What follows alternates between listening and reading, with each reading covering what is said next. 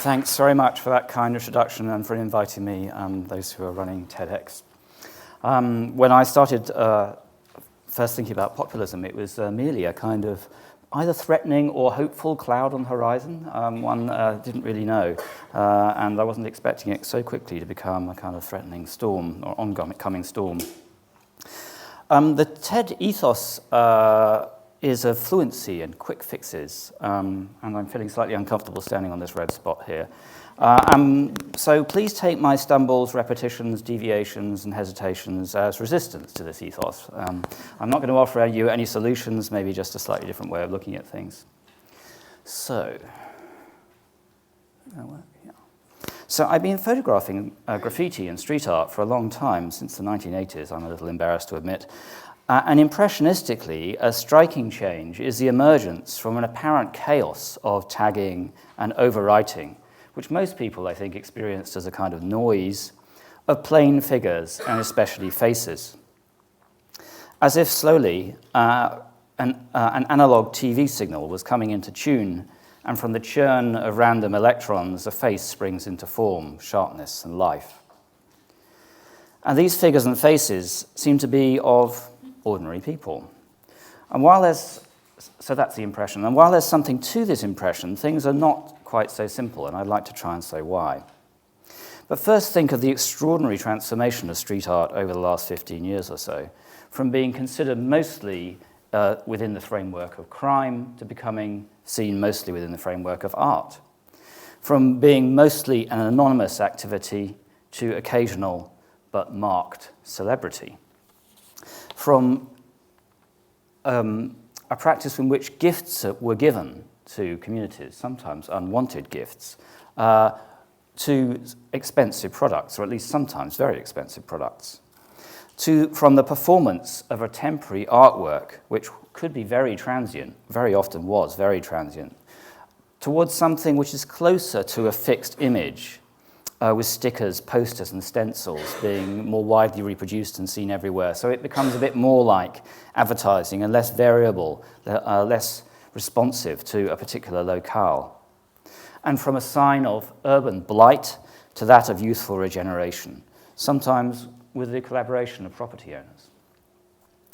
Now, none of this is a simple replacement. None of the old has gone away, but it has been overlayered with the new, often in a contentious and hostile relationship. You can see this all over the place, even if you go to Shoreditch, which is one of the tamest areas for street art. You can see that there's a continual overwriting of these mural-like works, and that's a hostile act. The old graffiti writing was and remains ambiguously radical. It's about, in part, rights to the city. Who gets to decide how the city is decorated? And it works against both, obviously, against advertising in many ways. It's against that commercial decoration, but also state interests, who gets to paint the street, as it were, or even the church. It was and remains, sometimes anyway, an illegal act with a high price paid in some cases, even the price of death for some of the train painters. But it was also a mutation of capitalist publicity culture. So, for instance, you can see this, but so much of the practice was about the logo and the brand, in a sense. And these things look a bit like, the kind of sparky logos that appear at the beginning of movies and that kind of thing. And I don't know if you can see that there's a copyright sign here, as well. So there's hierarchy, competition for ubiquity and prominence, just like adverts. This is the way in which street artists made their name. It's also an advertising for the invisible and for those without a product to sell other than the advert itself. So that was the old style. And as I say, this art was usually experienced as chaos to all but insiders, or sometimes to insurgent communities. For instance, black neighborhoods in New York who, did identify with the decorated trains. Street art, the new street art, on the other hand, is increasingly readable, simple, and often made on a spectacular scale. This is Herakut, a painting of 2012, and you can see, obviously, this is done very, very openly with cherry pickers and so on. It's a creature of the net and social media, which keeps the images in circulation even when the physical remnants have gone, and that's a huge transformation.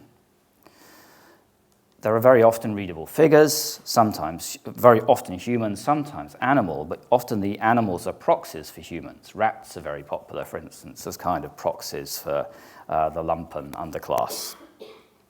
And faces, above all. These are works by Jimmy C.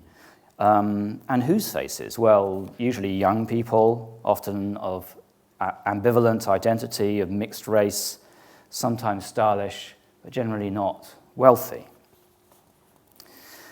Now, one of the most well-known artists, street artists, offers a kind of extreme model of all this, and an extremely successful one, and that's J.R.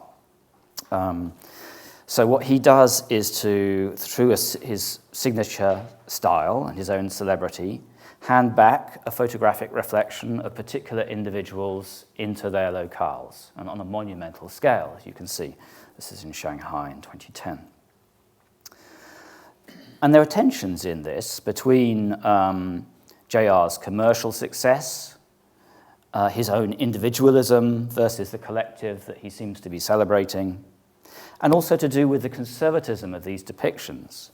They play to the tastes of ordinary people, but also to ultra-wealthy collectors. And this was my way into populism, in a sense. And I was wondering why it was that billionaires seemed, despite the fact that they live lives which are vastly different from those of the general populace, seem to share their tastes in strange sorts of ways.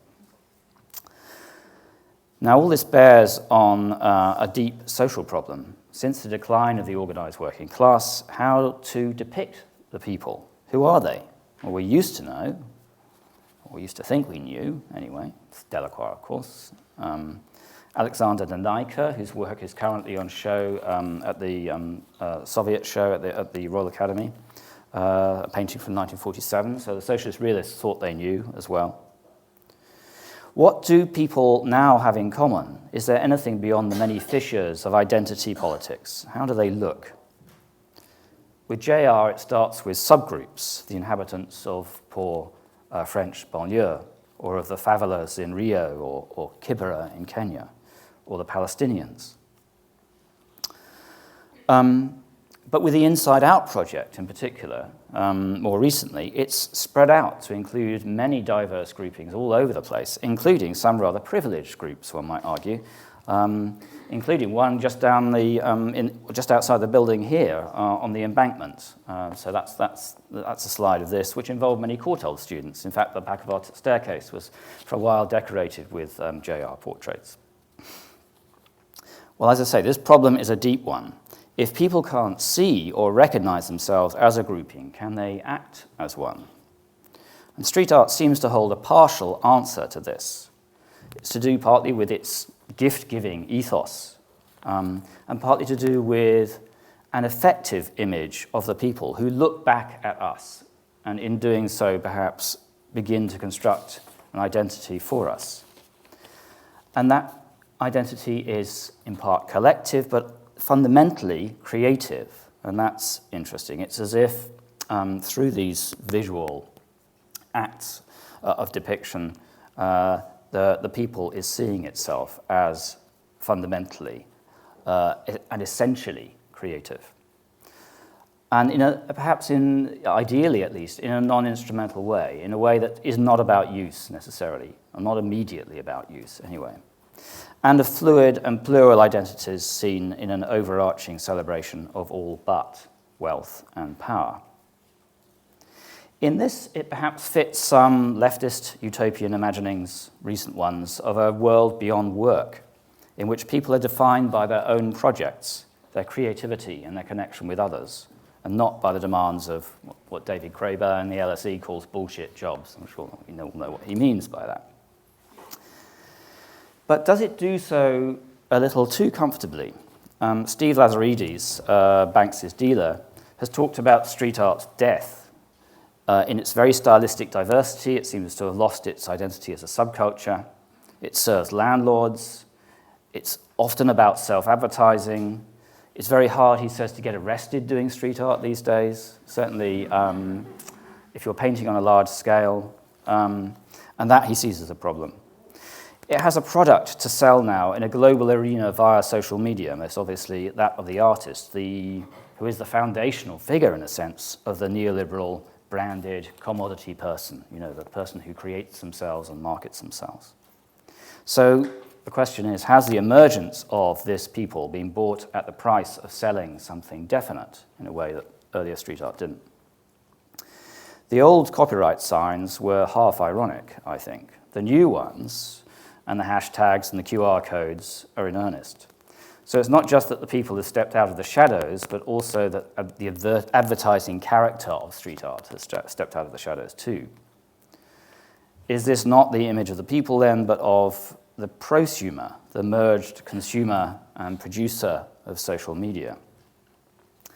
So we might flip these things either way. You might see it either as a conformist internalization of the business imperative to be a unique brand, but paradoxically furthering this by the production of images of the people, or as an insurgent desperation to advertise the self and to advertise oneself as one of the people, in the knowledge that very, very few are ever called to commercial success. Well, perhaps it can be both things at once, I want to suggest in conclusion. When seen individually, street art is often banal and conformist.